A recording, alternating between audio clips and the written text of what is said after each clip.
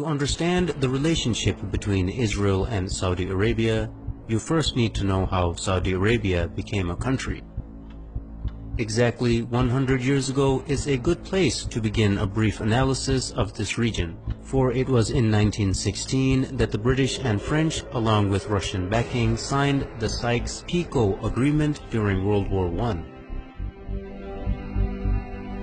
This agreement anticipated the collapse, and therefore it secretly divided up the Middle East in order to design a region post-Ottoman Empire. In 1917, the year following the agreement, the Zionists had gained sufficient influence and control over the British government to get it to issue the Balfour Declaration, which promised Jews a homeland in Palestine.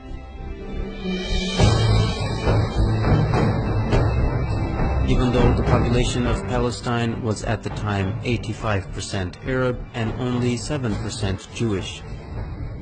The defeat of the Ottoman Empire by British imperialism in World War I left three distinct authorities in the Arabian Peninsula.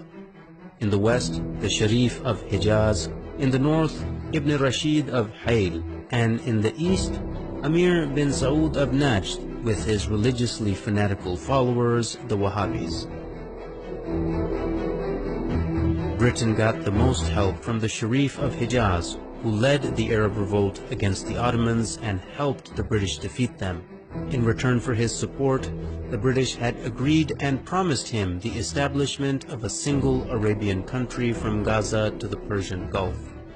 After the war, however, Britain did not keep its promises. Instead, it drew up the Sykes-Picot Agreement and issued the Balfour Declaration. The Sharif was discontent with this betrayal and told the British that he would never sell out Palestine to the Empire's Balfour Declaration.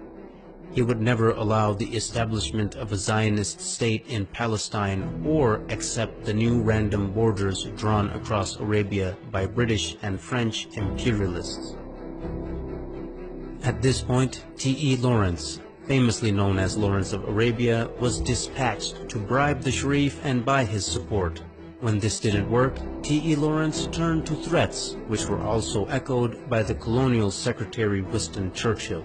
Both men threatened to unleash Ibn Saud and his ferocious Wahhabis on them, whom they were already arming and funding for the sake of countering the threat of Ibn Rashid of Hayl, who also stubbornly opposed the establishment of a Zionist state in the region. In September of 1921, Hayl was attacked by Ibn Saud and they could not resist the vicious onslaught.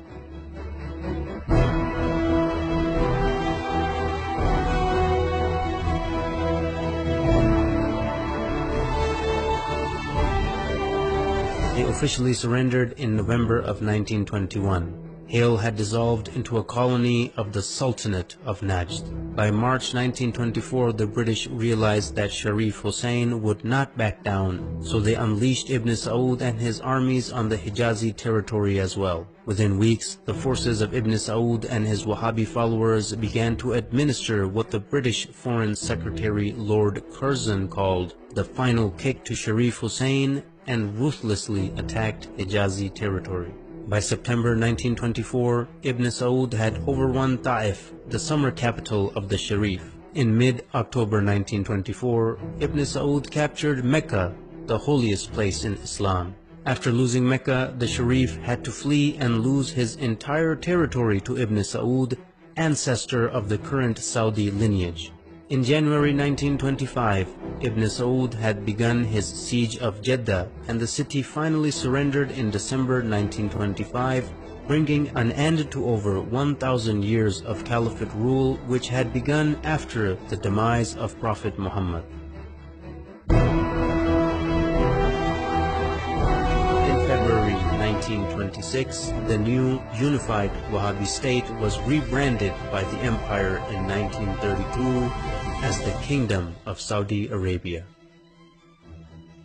As you can see right from the start, the man who, as a matter of principle, opposed a Zionist state in Palestine was kicked out of his own land, yet the man who was willing to allow a Zionist state to be created was paid off handsomely and given an entire new country to exploit and dominate. Even today, any nation that is opposed to the legitimacy of the Zionist entity are being destroyed one by one, while the nations that support the